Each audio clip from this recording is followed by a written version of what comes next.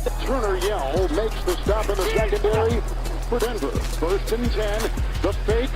Good block in there, and down it goes. Caught at the 30. Welcome to the Fins TailGate. It's where we elevate. Miami Dolphins talk, yeah, we never hesitate. Breaking news, hot takes, we keep it up to date. And when the fans speak up, the panel resonates. We live that aqua and orange from the field to the mic. Breaking down the plays, man, we talk it every night. From Tua to the defense, you know we keep it tight. NFL moves, you know we got the insight. We open up the floor, yeah, it's your time to shine. Fans drop the heat with opinions realigned. You got concerns, bring them, we're gonna chime. The Fins TailGate's where we keep it prime. Welcome to the Fins TailGate, it's where we elevate. Miami Dolphins talk, yeah, we never hesitate. Breaking news, hot takes, we keep it up to date.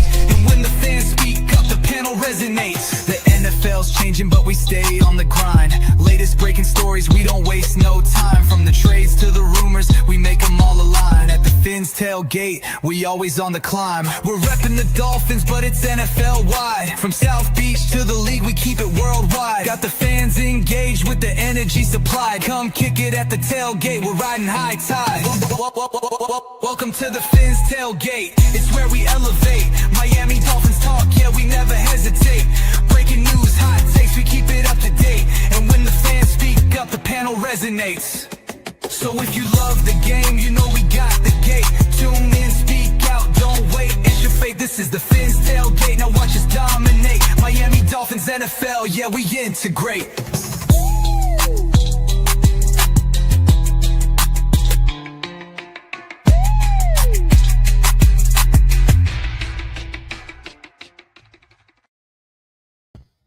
What is happening, Dolphins fans, and welcome to another episode of the Fins TailGate with your host, El Capitan. Hit the like button on the way in, as my camera is magically telling you guys when it does that, so I appreciate that from the camera.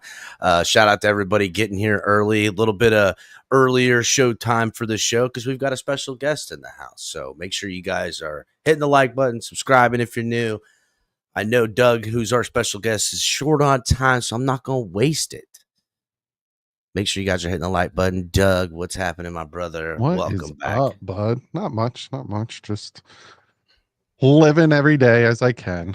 Yeah, well, living the Dolphins lifestyle can shorten your lifespan. I read that on the back of the ticket. So, been a while, Doug. It's been too long, honestly. It's been too long since we did this.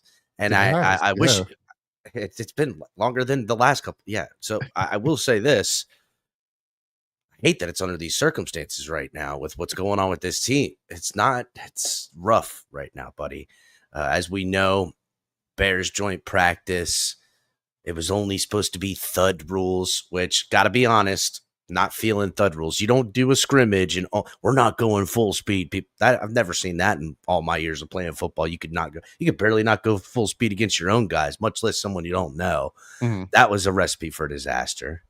We end our first preseason game in a tie, which is, God, it's like amicably breaking up. There's no juice to it. Come on, man.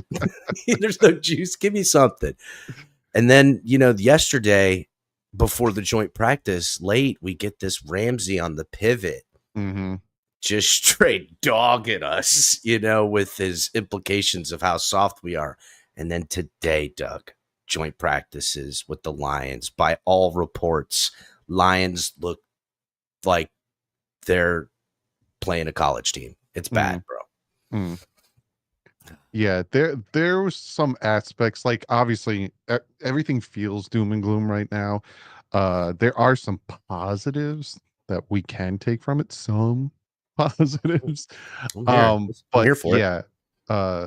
Like today, for example. It's not, and I know a lot of people are going to react, and even I was upset with the way they came out today, because especially after what happened Friday, and then you have the Lions linebacker saying what he said, you would think that they come out, play a little harder. They obviously didn't. There were some nice plays, especially from Mika Fitzpatrick, but you wanted to see a little bit more. But again, you could take certain things into context, like we didn't have Tyreek Hill, Jalen Waller out there, Austin Jackson, Alec Ingold. Like there was a bunch of guys who didn't play. But you kind of just wish you saw a little more. It was nice on our defensive side seeing the hard hitting from Brooks and Dotson, and you can tell who the leader of that defense is going to be, especially with those hits. And then even the preseason game, you can tell that McDaniel was just trying to test things out, even though I did not like his play calling on that last drive where we could have kicked the field goal. I think like we were on their 45. We need like 5 or 6 more yards. And some of the play calling was, again, it's preseason, but that fade to Eric Izukama down the right sideline, I'm like, you got your rookie in there. You should really be working on him, fundamentally trying to get into field goal range instead of just, let's see if this will work or let's see if that he was work. throwing some experimental things out there and you could tell. Yeah. Like I wasn't upset about running it 4 straight downs when with the first drive. I was fine with that. That's like he said, you want to put stuff on tape, see what you can work on, all that stuff. And if they do it again Saturday, I'm fine with that as well. These are things that need to be worked on. And even like he said, if that was a real game situation, we know for a fact you got Tua Waddle out there. You're going to put Achane next to Tua in the shotgun. One of them scoring. So I'm Somebody's not worried getting in there. That. Yeah, exactly. But I think what's happening from us Dolphin fans is we're seeing the national media talking about it, and then you see like what the Jets did in preseason, you see what the Patriots did in preseason, how they like thumped their opponents, and all of a sudden you see all the high and mighty talk from everyone else, and then the lonely Dolphins are getting pushed around in training camp, and so we don't like it. So we push back, or we're like, you got to do better. Come on. We're going to be the laughing stock, this, and that. But we'll see. Things do translate to the regular season and things don't translate to the regular season.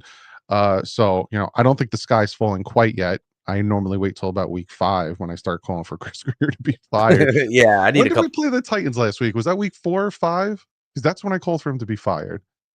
I thought we played him later. I thought it was week 7, something like that. But that's when I was like, So that's when you'll start getting me thinking the sky's falling, around week 5. If we're like 1-4, I'm like, get rid of them, start over, sell the team, sell all of them. And I'm a Mets fan, so I'm used to saying sell the team. Yeah, you're like, get these bums out of here. Well, I would say this, a couple of caveats. One thing you mentioned that I forgot, that Lions player audio clip comes out dogging the Dolphins and saying we're soft, and then they get this. First of all, our corners are in trouble and they got torched, and they're going to continue to get torched. And the way this defense is built, that's where they've decided to lack therein. They've went hard on the line and hard in the second linebacker unit. So that's how they want to do it. How they'll play it off, we'll see. I think they plan to, be stingy against the run. If you can go over the top of them and keep everything in front of you, and then in the red zone, there ain't that room to stretch, and this D-line will get to them. And there'll be a bend, don't break defense with what I hope they think is more explosive plays in the backfield, like strip sacks, batted balls, things of this nature. And that's pretty apparent to me, and it's what I've seen.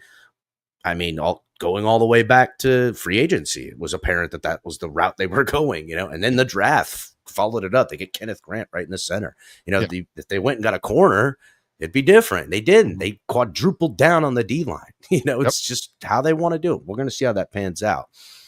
I still have high hopes for the defense. I still think, at some point they got to add some veteran presence in the secondary, and they probably will after the 53-man roster cuts. But I'm wondering just a little bit now, okay? Because me, I like to take the angles. This team has been super dependent on throwing to Tyreek Hill, throwing to Jalen Waddle. And for 3 years, well, not 3 years, but years now, they're like, listen, we need to be more dynamic. Last year, it was the tight end that they went at. And that the dynamic was the tight end had great numbers, but it didn't equate to more wins. And those less targets to Tyreek didn't really mean that, hey, we're a better football team. In fact, the record shows, and we could say what we want about Tua, but even his record playing is a losing record. He was 5-6, if memory serves me. Well, maybe it was 6-5. I can't remember. Either way, it wasn't good enough. It was 50-50. So they need to get back to the roots a little bit, and it was that explosive running game. Yep. And they've been very heavy-handed in running backs and the type of offensive linemen.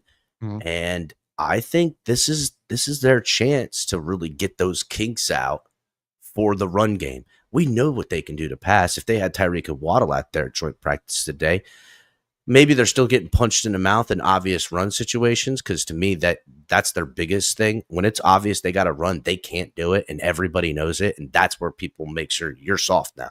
Yeah. But if it was spreading this defense out with Tyreek Hill and Jalen Waddle, then a lot of this other stuff isn't as bad. So this is where probably one of the first times I'll say that it's more true than it's been in the past, is that we're working on these weaknesses right now. Mhm. These are the kinks we need to get out. I just want to know, what's it all going to look like together? Darren Waller, Alec Ingold, Austin Jackson, and then the weaponry, and then all this work that's painfully growing pains up to this point. How's that all going to integrate into something? That's what I'm wondering. Yeah, and if you watch 2023 again, for the time of the year, I think we're at one point we were like 10-3, and we were running the ball. We were running the ball well. Our offensive line was healthy. That's the biggest thing. A lot of people look at 2023 and think it fell off because of Tua. It fell off because of the offensive line and the injuries. That Titan game, we lost Connor Williams. I think we lost Isaiah Wynn in the same game. And then I think the next week we lost Austin Jackson. Yeah, like we lost. And last year with our running numbers, when Austin Jackson came out, it fell off a cliff. Yep. Off a cliff. Exactly. So, they added better players in James Daniels, but again, there's that big question mark with his Achilles. Then you have Jonah, who has shown really good signs. Obviously, he's not a perfect product, but no rookie really is a perfect product. Patrick Paul has done a lot better than I thought he would at this point. So they're really trying to bolster that offensive line, because a lot of people think that Tua needs everything perfect around him to be successful, which isn't true, right? He doesn't. There's no team really that has everything perfect around him except for the Philadelphia Eagles, and it's not even a knock on them. That's just really how great their GM is. That team literally has everything perfect around Jalen Hurts, and he wins a Super Bowl and an MVP. Picking up Mekhi Becton last year and the way he did, just for nothing. Exactly. For nothing. That's their rotation guy. Like, damn, dude. So, what Tua needs is a run game. We faced the highest rated cover 2 last year and the lowest rated cover 1. That's why all of a sudden all the deep passes disappeared, and all of a sudden Tua was just throwing all these short passes, and then the screens and the screens and the screens, is because we had no run game. So the defense didn't have to load the box. So we faced the league highest cover 2. So there's nothing deep. You can't throw anything deep. So that's where, we started implementing, all right, Jonnu, you're going to be doing the screens, and we're going to implement this and that. You get a run game going, all of a sudden that opens the entire offense up. That opens up the play action. That opens up so many different things, because now you have to focus on these things. Unfortunately, Alexander Madison is done for the year, and unfortunately his career might be done with the neck injury he has. But in camp, he was killing it once the pads came on, especially in the short yardage situation. Now we kind of have to hope that Ollie Gordon can now take that next step, because Tyreek Hill took a shot at Devon Achane, but it wasn't that, was he wrong? It's third and whatever. You said the quiet part out loud. That's what I said on Twitter. I said, y'all just mad because Tyreek Hill's saying what you're all thinking. Exactly. You're not going to put Devon Achane out there, because they know, all right, they're going to throw it on 3rd and 1. I got to be honest, I don't want Devon Achane running it up there. What now? Now what? Now I got a banged up or injured Devon Achane because I'm forcing him on a 3rd and goal line like that? No. Why would I do that to him? My biggest thing is the running backs that they added necessarily don't replace Alexander Madison. Now, again, this could be a situation, like you said, where it's different than it has been in the past. You don't go from 90 to 80 to 70 to 53. You now go to 90 to 53. So there's going to be a huge influx of free agents, possible trades. I have depth. You have something I need. We'll trade you, whatever. A team to watch out for is the Kansas City Chiefs. They have crazy depth at corner. So I wouldn't be surprised if the Dolphins try to make a move at Kansas City. But yeah, like they need that big guy, and like you said, they look like they are trying to head towards that direction in free agency and the draft. Like you said, 3 defensive linemen in Grant, in Phillips, and in Biggers, and now one of them's gone. Well, no, none of them are No, gone. But you got those 3 guys, but the one that is gone is the running back that you added, the big yeah. guy that was going to be your short yardage guy. So now you got to figure that out. But Well, I hopefully they think stick to it. I have high hopes for Wright, honestly, and I know people are down on Wright, especially because seemingly Ollie Gordon comes in here year one and passes him up with no pushback. But I said this about Wright when we drafted him. I said, listen, he's one of those guys that like early in the game, he's getting stuffed. He's getting a yard, 2 yards. And then by the third quarter, he's breaking loose and beating on you. And I get it. That's not really how the game is played, where you have this healthy dose. But I think he's one of those guys that it's like a snowball. He starts building up, and now he's been banging on these guys. They got to get him and Ollie Gordon with their big bodies loose in the secondary, forcing nickel corners and safeties to hit them, and these corners to tackle them. Something that a lot of people just don't talk about a lot is in the chess game of your pieces, and using big tight ends and big running backs loose in the secondary, banging up corners and safeties, then having to ask this guy that just got lit up, guard Tyreek Hill or guard Jalen Waddle. And now you got him. You got him. That's how those big explosive plays happen. It's run, then take it over the head. And this team has to do, I think that's what they're doing. It hurts. And I'm just wondering if it doesn't work, how, because the pressure's on.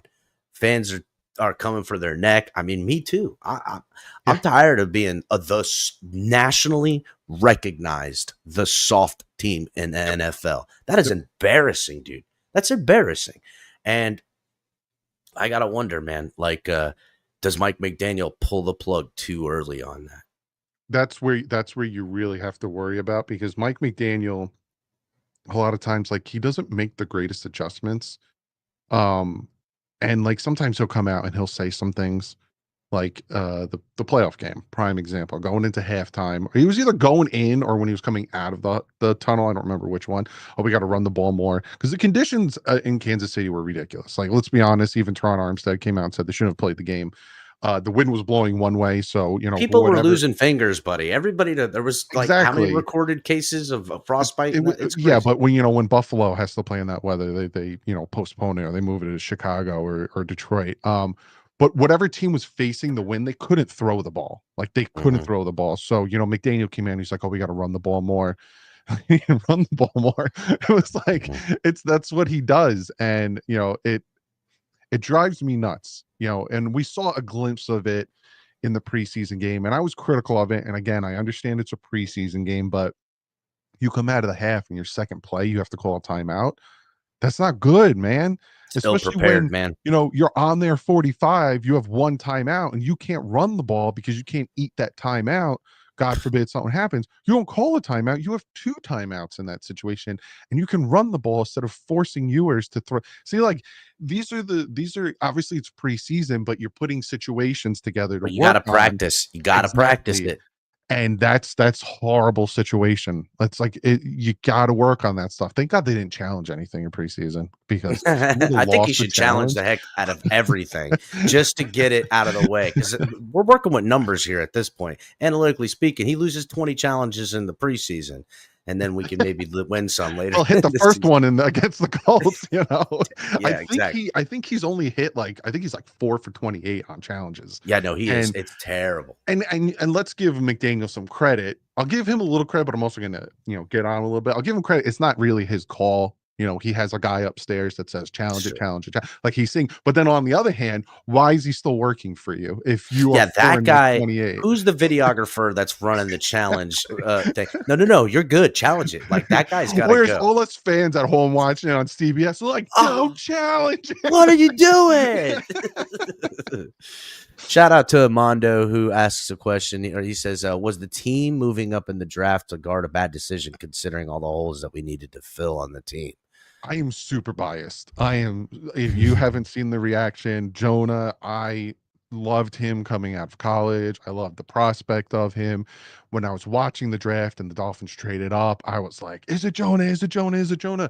And it was Jonah. Like, this is the first time in my fandom of being a Dolphin where they actually did something that I wanted. Normally, like, they'll trade up and I'm like, is it Jonah? And they take kicker from Arizona State. And I'm like, what are you doing? So this is the I first didn't time they even took see Jonah. this guy.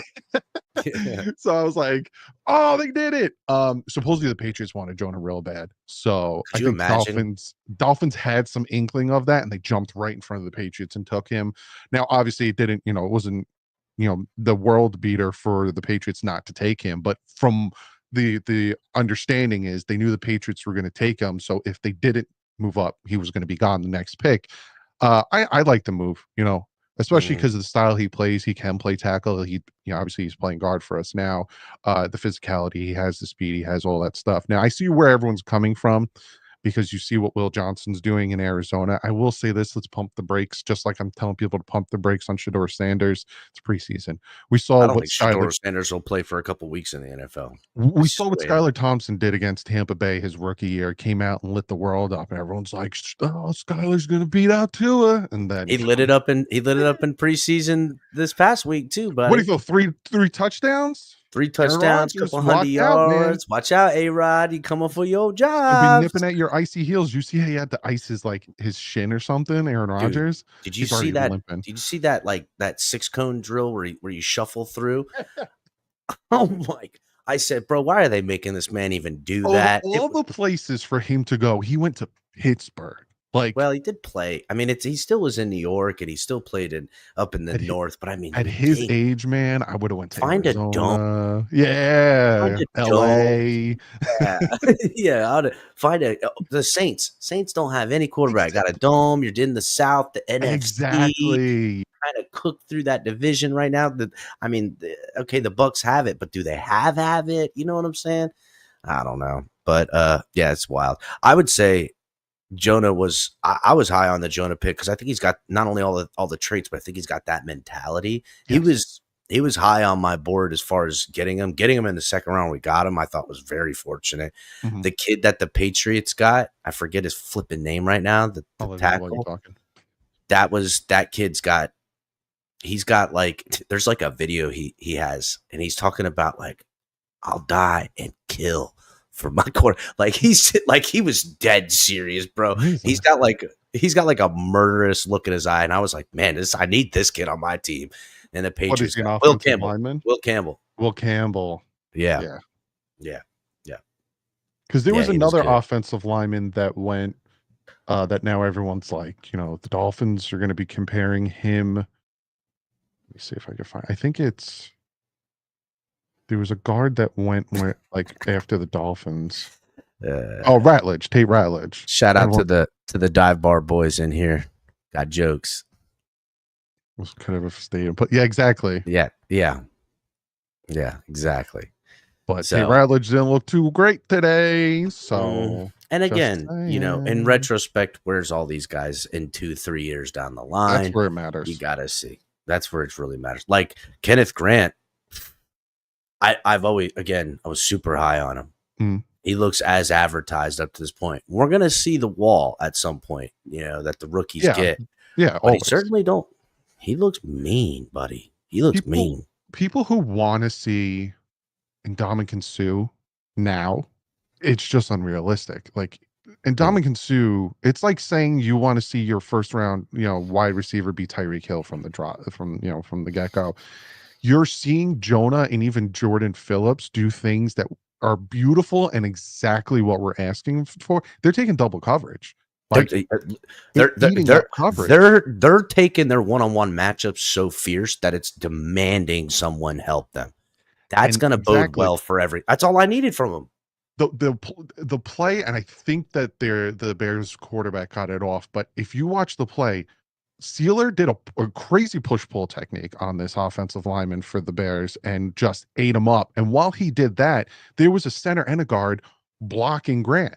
So he just push-pulled him, and he was going to murder that quarterback. That might have been the play that Willie Gay got a half a sack as well as Benito Jones. But this is what we're going to see. I know this exact play because if you watch, the guard sat out there Mhm. and had to come in because Grant bull rushed the center so much that he was like, "Oh shit, I better go help homie," and it gave that isolation, Even and on that's the the type goal of stuff line, we're you talking saw about. Jordan Phillips, you saw Grant. They were just moving people, and Mhm. that's what we're asking to do right now. That's Help it. us open a lane for blitzers, help us That's open the it. lane for the pass rushers, for sealer, all that stuff. Because we want the situation where, okay, are you going to double sealer? You're going to double Grant. If you double one of them, you can't double Chop, you can't double Chubb, you can't double Phillips, you can't Mhm. double Willie Gay if we're blitzing him. You have to now, and that is what Weaver's trying to do. But on the Mhm. flip side, you have to worry about, okay, in this situation, you got to worry about quick routes by the That's it. receivers, quick ins and stuff.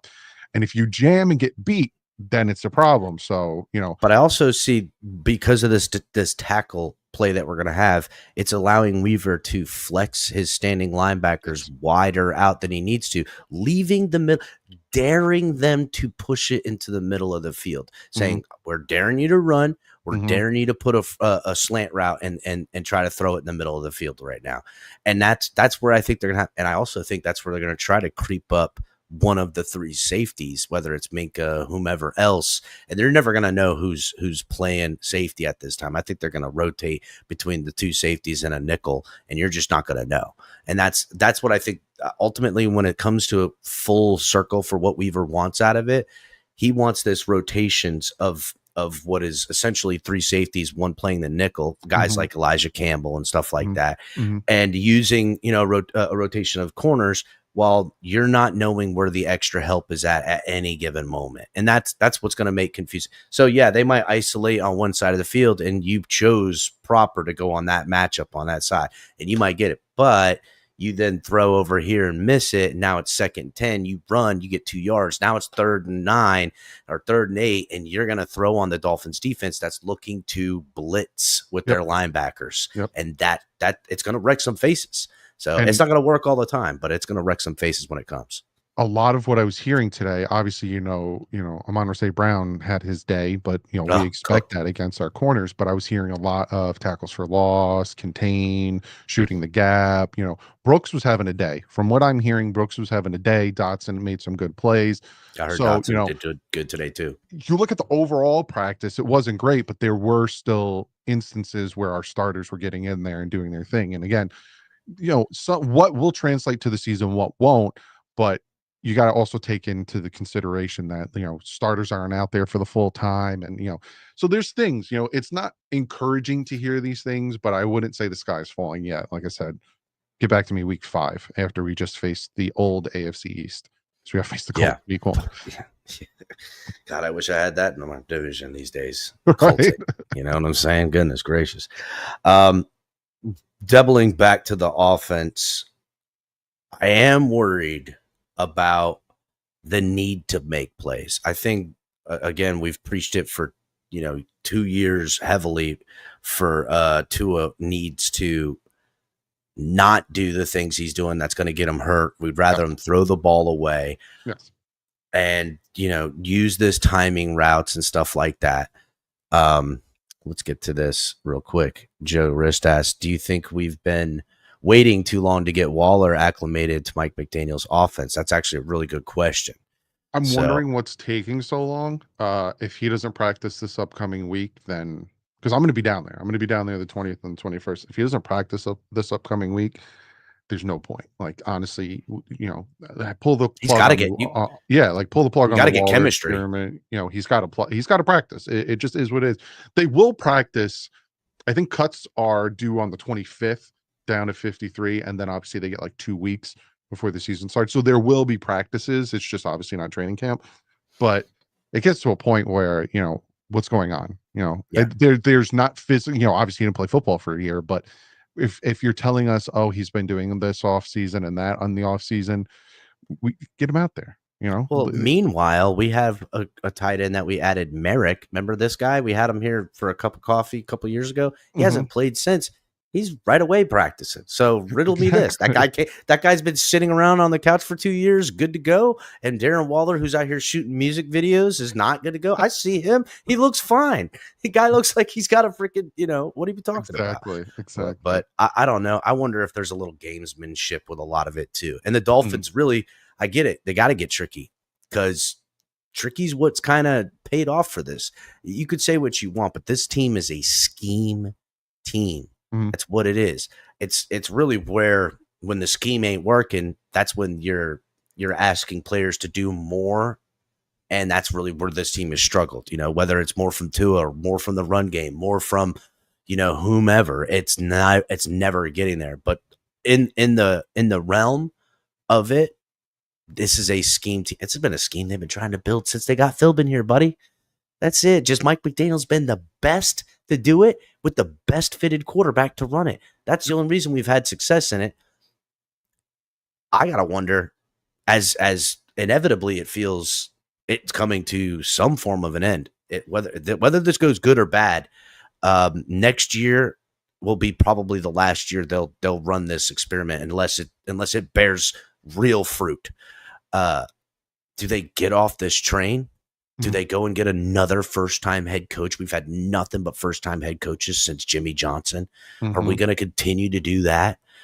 Are we going to do, we had a player-friendly, sweet on everybody coach. We're going to get the TNT. We're breaking out the old TNT wall, Doug? Is that what we're going to do? Is that what we're going to turn this around? It's funny, too, because, people say, like, Flores this, Flores that. There's a difference between being tough on your players, like a Mike Tomlin, and what Flores was doing. Oh, no, Flores was getting into he was little boying people in the locker room, and I get it. There was a reason why all of his assistant coaches left. There's a reason why his best friend and Graham went to the Giants to do the same exact thing. He was his defensive coordinator. He went to the Giants to be their defensive coordinator. Like, that's your best friend. And he's like, I'm out. Like, there's a difference between being tough on your quarterback and wanting more and berating him and texting him and all. Like, obviously, this is football. You have to be tough.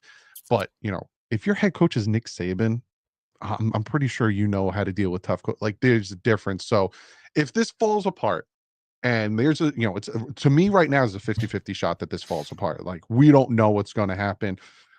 The future isn't as dark as we see. You go on Over the Cap, you go on Spot Track, and you see we're at like negative 23 million in cap space next year. Know. It's like sad, dude. They make two moves. They cut Tyreek Hill and they trade Tua. They are at plus 30 in cap space, so they're fine. You make 2 player moves, you're under the cap by $30 million. You're fine. So the money isn't the issue. It's like you said, who's the next coach? Who's the next GM? There's no way that you're going to keep Chris Grier. And if they do keep Chris Grier, if you thought my video was bad at the beginning of the year, this year, I'm going to lose. Chris Grier's got all the dirt. He's got the contract written in blood. He's got a jar full of souls that depend on him. He's the reason, man. He's the one. He's got the souls and the Indian burial ground. He's the one. He's been with the team for like 20 years. He's the poltergeist. All are welcome. That's Chris Grier. That's who he is. Chest. He has the ark. It's the Ark of the Covenant. That's right. He's got We're the on ark. The pole with our eyes closed. He's gonna open Getting fried.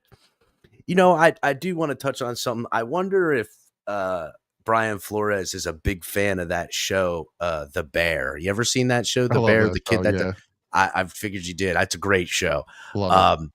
But maybe he subscribes to the guy, like, he's gonna make you have a complex about it. You're gonna have nightmares. That's what he did to Tua. Like, and we're laughing about it. I don't think Tua was the only one. I don't think he was the only one. That's literally what he did to him. Like, Omar Kelly on the Dolphin Collective was talking about a joint practice they had, and I think Tua messed up a play or something, and he said that Omar said, I have never seen a coach yell at a player as hard as Flores was yelling at Tua about like a mistake in practice and a joint practice, like berating him. Like, I get people who don't like Tua and I understand, but you can't sit here and tell me that's how you build up your quarterback. Like, Not a quarterback. It's more of that's more of something subscribed for. You're a D lineman, you're a linebacker, it's you get so mad that you don't feel the pain anymore. And even though you rile you up and get you like, I'm going to go destroy. That's different than, I need my quarterback just a little level headed at times, but he's got to have a little bit. He don't need all that noise in his ears. But I just figured, I thought to myself, maybe he subscribed. Maybe he just, was trying to make him into a really good cook or something. I don't know. I thought about that too in the bear. He's caught and he's just yelling at him. You're nothing. You'll never be. You'll never. I know. That's Brian Flores. That's who that is. When I watched it, I was like, this is what he was trying to do to Tua. Maybe it would have worked out. I had the text in the middle of the night. Your breath stinks. You clip your toenails. Nobody likes you. I'm cutting you on this team as soon as I get a chance. Wait till you get it. I'm getting you, boy. I'm standing outside your window right now. He looks out. He's standing there. He's like, yeah, I'm here. I wasn't kidding. Yeah. He's got it. I'm watching you. You better sleep with one eye open. Are you watching? He's egging his house. He's egging his house in the middle of the night. It's crazy. Brian Flores was a savage, to say the least. Again, I'm just wondering a couple of things about this team. I know. Look, I don't want to hear that we're getting pushed around by the Lions. I hated hearing about the Bears. We knew the Bears, but the Bears suck. I get their defense is good, but the Bears, I don't know who's holding their breath for the Bears to make some noise in the NFC. Maybe because the NFC, it's kind of a garbage deal. It's really top heavy in the NFC. But to get bullied around by them, and then again, like you said, the audio of the Lions player, and then get bullied again. I hope better. And listen, fuel for the fire. You know what I'm saying? Fuel for the fire. Get these guys to go. So, Doug, I told you we were going to keep it a short one, man. I told you we would. I'm going to let you get. And I like talking. I know. So I know. Well, what we'll do, Doug, we got to do this more. Is what we'll do. We won't let this go months on end without having you come around, because where else are you gonna get a good Bear reference and an Ark of the Covenant reference all in the same show, dude? Like that is legendary right there. So I appreciate you coming, Doug, and I appreciate everybody stopping by. Hit the like button on the way out, and keep an eye out. We'll get with y'all next time. Fins up.